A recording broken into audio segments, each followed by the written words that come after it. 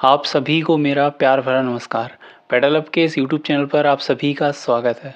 मैं उम्मीद करता हूं कि आप सभी बढ़िया होंगे और आपकी तैयारी भी बहुत ही बेहतरीन होगी। और उसी तैयारी को और भी बेहतर करने के लिए एक कदम और आगे बढ़ाने के लिए आज की हमारी प्रैक्टिस वीडियो है। इसका पहला पार्ट पहले ही आ चुका है, क्योंकि ये जो आज की प्रैक्टिस सीरीज़ है या वीडियो है वो NEP 2020 से रिलेटेड है, जिससे आपके जो नेशनल एजुकेशन पॉलिसी से जुड़े हुए जितने भी क्वेश्चन हैं और उससे संबंधित जितने भी कॉन्सेप्ट हैं उनकी जानकारी के लिए वीडियो है, ताकि आप उससे रिलेटेड एक आपके अंदर समझ विकसित हो सके, है ना। इसका एक पार्ट पहले ही आ चुका है, अगर आपने वो नहीं देखा है तो आप वो देख सकते हैं, इसीलिए आपको चैनल पर वो मिल जाएगी।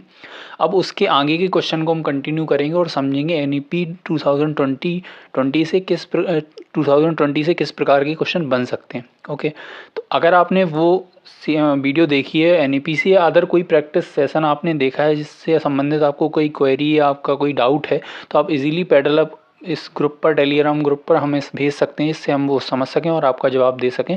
साथ ही साथ आप हमारे pedal up official Telegram channel से भी जुड़ सकते हैं। इस पर टाइम टू टाइम आपको एजुकेशन से रिलेटेड अपडेट्स और कई प्रकार के नोट्स भी मिलते रहते हैं। तो इन दोनों की लिंक आपको नीचे डिस्क्रिप्शन बॉक्स में मिल जाएगी, उसके माध्यम से आप इजीली इसको ज्वाइन कर सकते हैं। सीधे चलते हैं अपने आज के NEP से रिलेटेड क्वेश्चनों की ओर। तो पहला क्वेश्चन कहता है कि as per NEP 2020 which of the following organization has been tasked with developing the adult educator framework. तो यहाँ एक बात पे बहुत ही ध्यान देना है। पूछा जा रहा है NEP 2020 के अंतर्गत कौन सी ऐसी ऑर्गेनाइजेशन डेवलप की गई, या उस जो ऑर्गेनाइजेशन डेवलप की जाएगी उसको डेवलप करने में कौन सी आपकी एक ऑर्गेनाइजेशन बैकग्राउंड में काम कर रही है, और वो जो डेवलप करेगी उसका नाम होगा एडल्ट एजुकेटर फ्रेमवर्क, है ना। कहीं ना कहीं वो एडल्ट एजुकेशन से रिलेटेड है आपकी। तो ये क्या NCTE करेगी, NCERT करेगी, MHRD डिपार्टमेंट करेगा, या NIEPA करेगा। तो इसका जो सही आंसर है, जो बैकग्राउंड में इस प्रोग्राम के फ्रेमवर्क के पीछे काम कर रही है बॉडी, उसका नाम है NCERT। अब आपको करना ये सिंपल, आपका फैक्चुअल क्वेश्चन था। अब करना आपको ये है कि जितने भी आपको यहाँ नाम दिख रहे हैं उनके आपको कहीं ना कहीं फुल फॉर्म लिख के अपने पास या तो रखने हैं या हमें कमेंट बॉक्स में भेजने हैं, जिससे आपको क्या होगा, एक रिकैप हो जाएगा, आपकी रिवाइज हो जाएगी वो इन्फॉर्मेशन। और कहीं ना कहीं आप उन, अगर नहीं पता है तो उन फुल फॉर्म को आप गूगल पर सर्च मारेंगे, जिससे एक बार वो आपकी निगाह से निकल जाएंगे। क्योंकि कई बार क्वेश्चन जो आता है वो NEP में जितने भी ऑर्गेनाइजेशन हो गई या इंपॉर्टेंट टर्म हो गई उनकी फुल फॉर्म के तौर पे कई बार क्वेश्चन कई सारे एग्जाम्स में पूछा गया है। तो ये आपके लिए एज अ होमवर्क क्वेश्चन है। बढ़ते हैं अगले क्वेश्चन की ओर कि according to NEP 2020 what is the full form of ECC। ये क्वेश्चन कई सारे एग्जाम्स में देखने को मिला है आपका, चाहे KBS हो, चाहे आपका DSSB के पुराने आपके जो मॉक टाइप में आ रहे हैं उनमें देखा गया हो, या आपका रिसेंटली NVS का हुआ था उसमें देखने को मिला हो। तो अगर बात करें ECCE की, तो ये आपका कहीं ना कहीं फाउंडेशन स्टेज से जुड़ा हुआ टर्म है। तो इसका जो फुल फॉर्म है वो आपका जो सही आंसर होगा वो होगा early childhood care and education. ठीक है, अब आपको ये बताना है कि जो NEP, अगर मैं आपको थोड़ी सी और बात कहूँ कि NEP की जो 2020 में बात की गई है, तो उसे कहीं ना कहीं उसके एजुकेशन सिस्टम को 4 हिस्सों में डिवाइड किया गया है। ठीक है, आप ये जानते हैं। तो पहला हिस्सा है आपको 5, फिर 3+3+4, इस तरीके से इसको डिवाइडेशन है। अगर जो 5 आपको स्टार्टिंग की दिख रही है उसको आपको फाउंडेशन स्टेज के नाम से जानते हैं, जिसमें आपका कहीं ना कहीं प्री स्कूल प्लस आपका ग्रेड 1 एंड ग्रेड 2 शामिल है।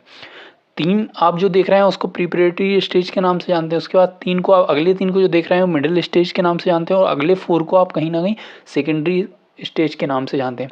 अब आपको काम ये करना है, इन तीनों की आपको जो टाइम पीरियड बताया गया है NEP के माध्यम से वो आपको लिख के हमें कमेंट बॉक्स में भेजना है, जिससे पता लगे। क्योंकि इस बारे में ऑलरेडी पिछले जो प्रैक्टिस सेशन था उसमें काफ़ी क्वेश्चन थे और आपको ये कॉन्सेप्ट अच्छी तरीके से उसमें समझाया गया था।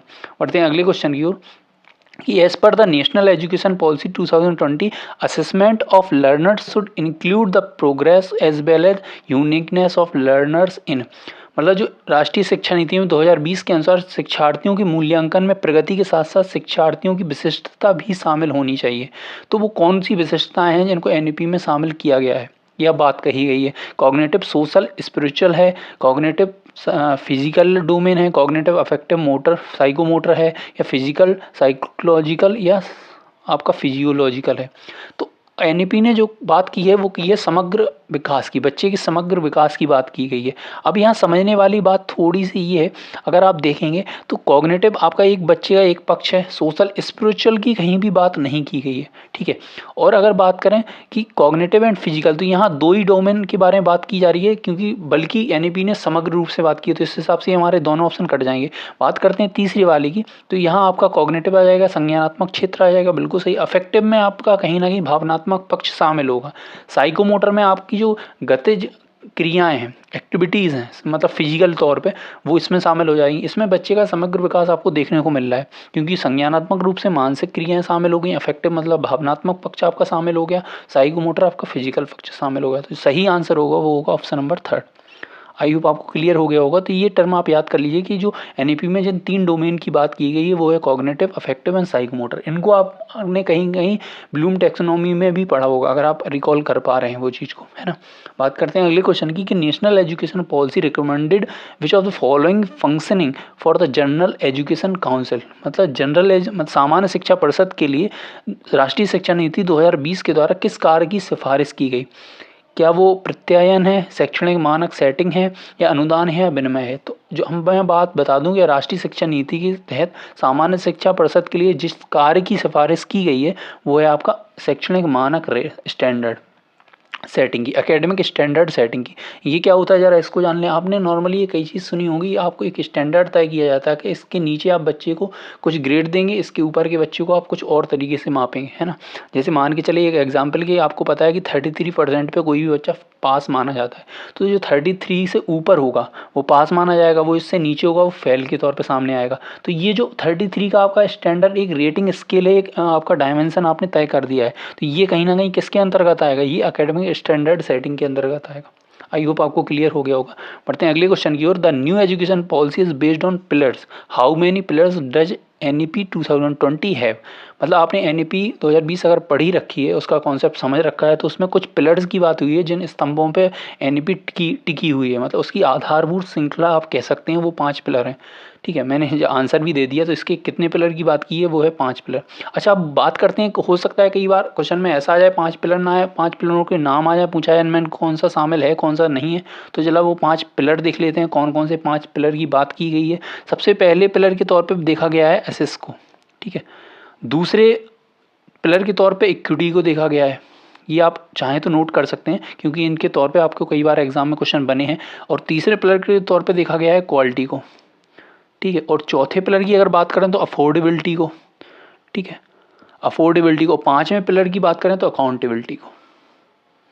इन 5 पिलरों की बात की गई है एनईपी, एसेस की, इक्विटी की, क्वालिटी की, अफोर्डेबिलिटी की, अकाउंटेबिलिटी की, ठीक है। तो आपको ये याद रखना है 5 पिलर की बेसिकली बात हुई है। और कौन से 5 पिलर हैं, नंबर 1 एसेस का, number 2 equity, number 3 quality, number 4 affordability, number 5 accountability. I hope आपको क्लियर हो गया होगा, मैं उम्मीद कर रहा हूँ कि आपने इसको नोट भी किया होगा। बढ़ते हैं अगले क्वेश्चन की ओर। In the contest of assessment what kind of report card for the student had been proposed in the national education policy 2020, मतलब 2020 में मूल्यांकन के लिए किस तरीके की रिपोर्ट कार्ड की सिफारिश या किस तरीके का रिपोर्ट कार्ड प्रस्तावित किया गया है। क्या दूसरों की तुलना के लिए वो रिपोर्ट कार्ड होना चाहिए, पेपर और पेंसिल परीक्षण के आधार पर रिपोर्ट कार्ड होना चाहिए, 360 डिग्री बहुआयामी रिपोर्ट कार्ड होना चाहिए, या आपका योगात्मक मतलब सबमिटिव कहीं ना कहीं वो आपका रिपोर्ट कार्ड होना चाहिए। तो बात करें कि दूसरों से तुलना के लिए रिपोर्ट कार्ड एनईपी में नहीं प्रस्तावित है, ठीक है। पेपर पेंसिल पे बिल्कुल भी नहीं है, क्योंकि वो कहता है कि कहीं ना कहीं उसको आपको इंटरेक्टिव बच्चे को बनाना है, जितना वो कहीं ना कहीं एक्सपीरियंस गेन करेगा उसके हिसाब से आपको रिपोर्ट कार्ड तैयार करना है। तो अगर आप बात करते हैं एक्सपीरियंशियल लर्निंग की, तो आप कहीं ना कहीं एक समग्र पक्ष को लेके, मतलब 360 डिग्री बहुआयामी पक्ष को लेके आप बच्चे का मूल्यांकन कर रहे हैं। तो सही आंसर होगा वो होगा सी वाला, मतलब 360 डिग्री बहुआयामी रिपोर्ट कार्ड की बात की गई है। आई होप आपको क्लियर हो गया होगा। इसे होलिस्टिक रिपोर्ट कार्ड के नाम से भी जान सकते हैं, जिसे आप HRC के नाम से भी कह सकते हैं, होलिस्टिक रिपोर्ट कार्ड, है ना। बढ़ते हैं अगले क्वेश्चन की ओर कि national education policy 2020 propose is pedagogical shift from dash to dash, मतलब किस शिफ्ट की बात की गई है एनईपी 2020 के अंतर्गत। क्या वो कंस्ट्रक्टिविज्म से बिहेवियरिज्म है, मतलब निर्माणवाद से आचरण की ओर है, या आपका रटने से लेके कहीं ना कहीं कॉन्सेप्चुअल अंडरस्टैंडिंग की ओर है, या पूछताछ आधारित इंक्वायरी बेस्ड से आपका ड्रिल एंड प्रैक्टिस की ओर है, या असेसमेंट फॉर लर्निंग से आपका असेसमेंट ऑफ लर्निंग की ओर है। तो बात करते हैं कि एनईपी के द्वारा किस प्रकार के शिक्षण शास्त्र की बात या बदलाव को प्रस्तावित किया गया है। वो है आपका कहीं ना कहीं रोट लर्निंग, क्योंकि पहले रोट लर्निंग चलती थी। अब जो बात कही जा रही है वो आपका कॉन्सेप्चुअल अंडरस्टैंडिंग की बात की जा रही है। ये बात कही जा रही है एनईपी के द्वारा कि आपको बच्चे को ज्ञान से भरना नहीं है ना, उसे ज्ञान की रचना खुद करने देनी है। एज अ टीचर आपको उसकी उस काम में क्या करनी है, मदद करनी है। तो इस हिसाब से सेकंड वाला इसका सही आंसर होता। लेकिन अगर अब मैं बात करूं कि फोर्थ वाले को जरा देख लेते हैं। असेसमेंट फॉर लर्निंग की बात अब की जा रही है, बल्कि पहले जो बात होती थी वो असेसमेंट ऑफ लर्निंग की होती थी, जिसे सबमिटिव असेसमेंट के तौर पे जानते हैं, और असेसमेंट फॉर लर्निंग को हम फॉर्मेटिव असेसमेंट के तौर पे जानते हैं। ठीक है, ड्रिल एंड प्रैक्टिस पहले गौर दिया जाता था, अब इंक्वायरी बेस्ड लर्निंग की बात की जा रही है। पहले व्यवहारवाद को ज़्यादा तवज्जो दी जाती थी, अब उसको रचनावाद या निर्माणवाद को ज़्यादा तवज्जो दी जा रही है। तो ये बाकी के जो तीन हैं इनको अगर उलट दें तो ये इसी हिसाब से आपके आंसर भी बन सकते हैं, है ना। बढ़ते हैं अगले क्वेश्चन की ओर कि how much percentage of a child's cumulative brain develop occur prior to the age of 6 according to NEP 2020। मतलब एनईपी 2020 के अंतर्गत आपको ये बताना है कि 6 साल की आयु जब बच्चा कंप्लीट करता है तो उसका मस्तिष्क का कितने प्रतिशत विकास हो जाता है। तो ये क्वेश्चन इतनी बार हर एग्जाम्स में पूछा गया है तो कि आप जान नहीं सकते। इसका जो सही आंसर होगा वो होगा ओवर 85%। पहले इसी को 90% मान के चला जाता था, बट जब से एनईपी अपना डाटा उसने पब्लिक डोमेन में डाला है तब से इसको 85% माना गया है। तो आपको इसी को याद करना है। अगले क्वेश्चन की अगर बात करें तो कहा जा रहा है कि राष्ट्रीय शिक्षा नीति ने प्रस्तावित किया है कि गुणवत्तापूर्ण प्रारंभिक बचपन के विकास, देखभाल और शिक्षा, जिसे अभी हमने ईसीसी के नाम तौर पे पढ़ा था, कि सार्वभौमिक प्रावधान को प्राप्त किया जाना चाहिए। इसके लिए एक टाइमलाइन दी गई है, वो कब की है। मतलब एनईपी में जो ईसीसी की बात की गई है उसको अचीव करने के लिए एक टाइमलाइन दी है। वो टाइमलाइन आपको ये बताना है कि कितनी बताई गई है, 2030 है, 2035, 2040 या 2025। तो इसकी सही टाइमलाइन जो एनईपी के द्वारा दी गई है वो है 2030। आई होप आपको क्लियर हो गया होगा। बढ़ते हैं अगले question. The NEP 2020 replace the, मतलब एनईपी 2020 ने किस नीति को, किस राष्ट्रीय शिक्षा नीति को रिप्लेस किया है। क्या वो 1986 की है या 1969 की है, या दोनों, या उपरोक्त में से कोई नहीं। तो एक सेकंड का आप पॉज लेके अपना आंसर दे सकते हैं। अब हो सकता है कुछ लोग इसका आंसर सी दे रहे हो, बट आपको क्वेश्चन बड़े ध्यान से पढ़ना है। किसको रिसेंटली रिप्लेस किया है, तो वो रिप्लेस किया है आपका 1986 को। 1986 ने 69 वाले को रिप्लेस किया था, है ना।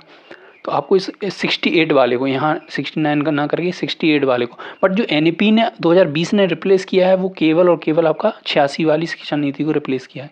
इस बात को आपको क्वेश्चन को पढ़ते समय थोड़ा सा ध्यान देना होगा। अगले क्वेश्चन की अगर बात करें कि नीति जो आई है आपकी राष्ट्रीय शिक्षा नीति के अनुसार, शिक्षा में सार्वजनिक निवेश 4.3 से बढ़ाकर कितना किया जाना चाहिए, जीडीपी का कितना हिस्सा शिक्षा में निवेश के तौर पर लाना चाहिए।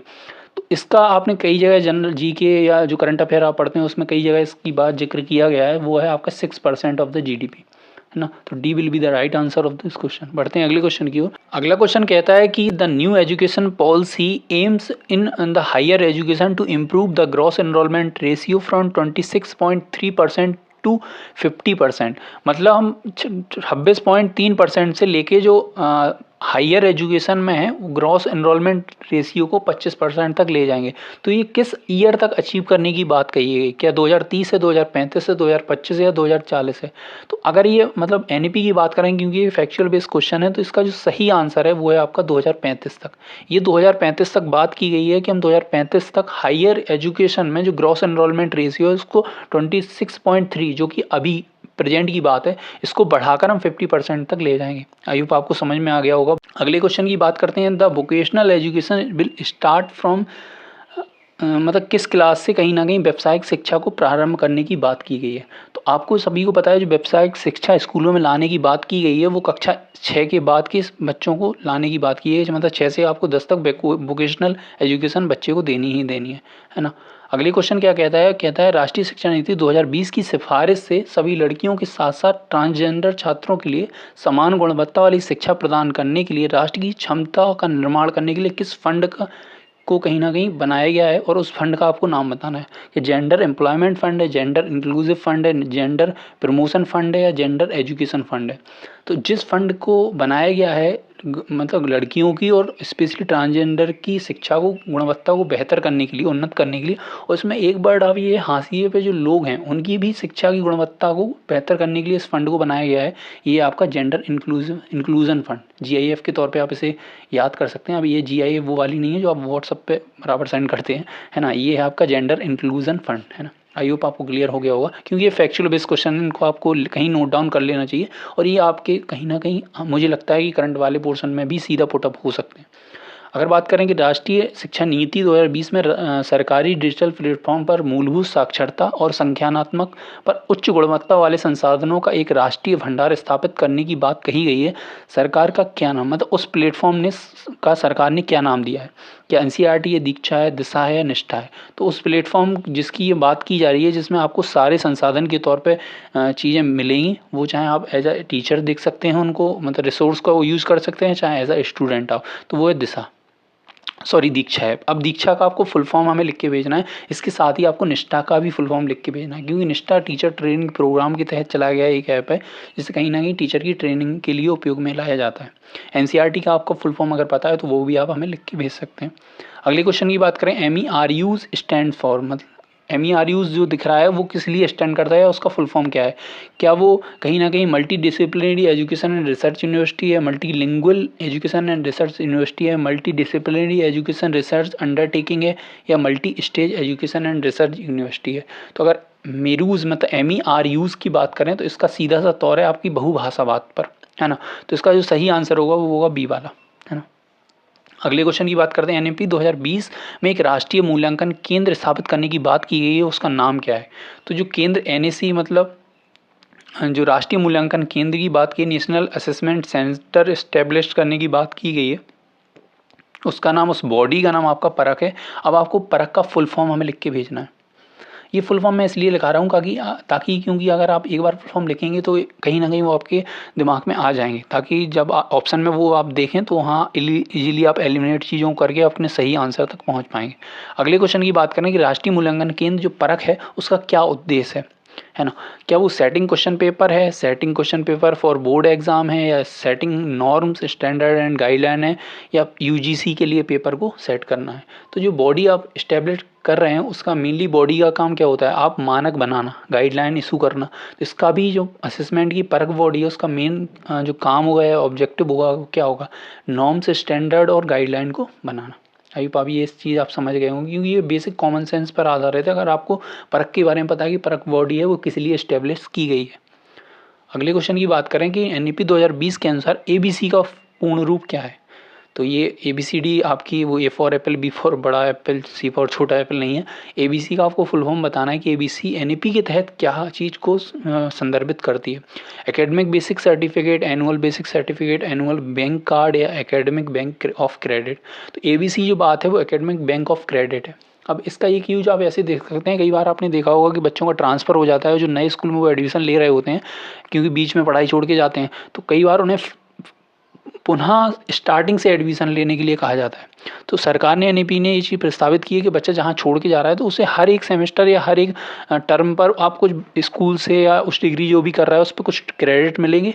उन्हीं क्रेडिट के बेस पे जब वो कहीं और ट्रांसफ़र की वजह से या कोई और सिचुएशन की वजह से बीच में मान लो शिक्षा छोड़ दिया, इस तरीके की कोई सिचुएशन बनती है, अगले स्कूल में वो एडमिशन के लिए जाते हैं, तो उन क्रेडिट के बेस पे उसे एडमिशन मिल जाएगा। हो सकता है मिड ऑफ द टर्म मिल जाए, है ना, इस तरीके। इसलिए इस तरीके की एकेडमिक बैंक ऑफ क्रेडिट की इस्टेब्लिशमेंट की बात की गई है NEP 2020 के तहत। तो आई होप आपको आज के ये क्वेश्चन बहुत ही अच्छे लगे होंगे, आपको थोड़ा सा NEP से रिलेटेड और कॉन्सेप्ट्स और बेहतर हुआ होगा पिछली वीडियो के मुकाबले। और इसके मैं उम्मीद करूँगा कि और भी बेहतरीन इससे NEP से रिगार्डिंग जितने भी इंपॉर्टेंट टर्म या क्वेश्चन बन सकते हैं उनको लाया जाए, ताकि मेन इनका रीज़न ये है कि आपका एक कॉन्सेप्ट बिल्डअप हो जाए NEP के रिगार्डिंग, जिससे आप जो भी क्वेश्चन आपके सामने आए आप उनको अटैम्प्ट करने की पोजीशन में हो। क्योंकि आपको जिसके बारे में कुछ नहीं पता तो आप कुछ नहीं कर सकते, थोड़ा बहुत पता है तो इजीली आप कुछ तो कर सकते हैं, तो वो ज़्यादा बेटर है। तो मिलते हैं अगले अपने प्रैक्टिस सेशन के साथ ही साथ कॉन्सेप्ट रिगार्डिंग वीडियो के साथ। तब तक के लिए मस्त रहिए, व्यस्त रहिए। Till then take care.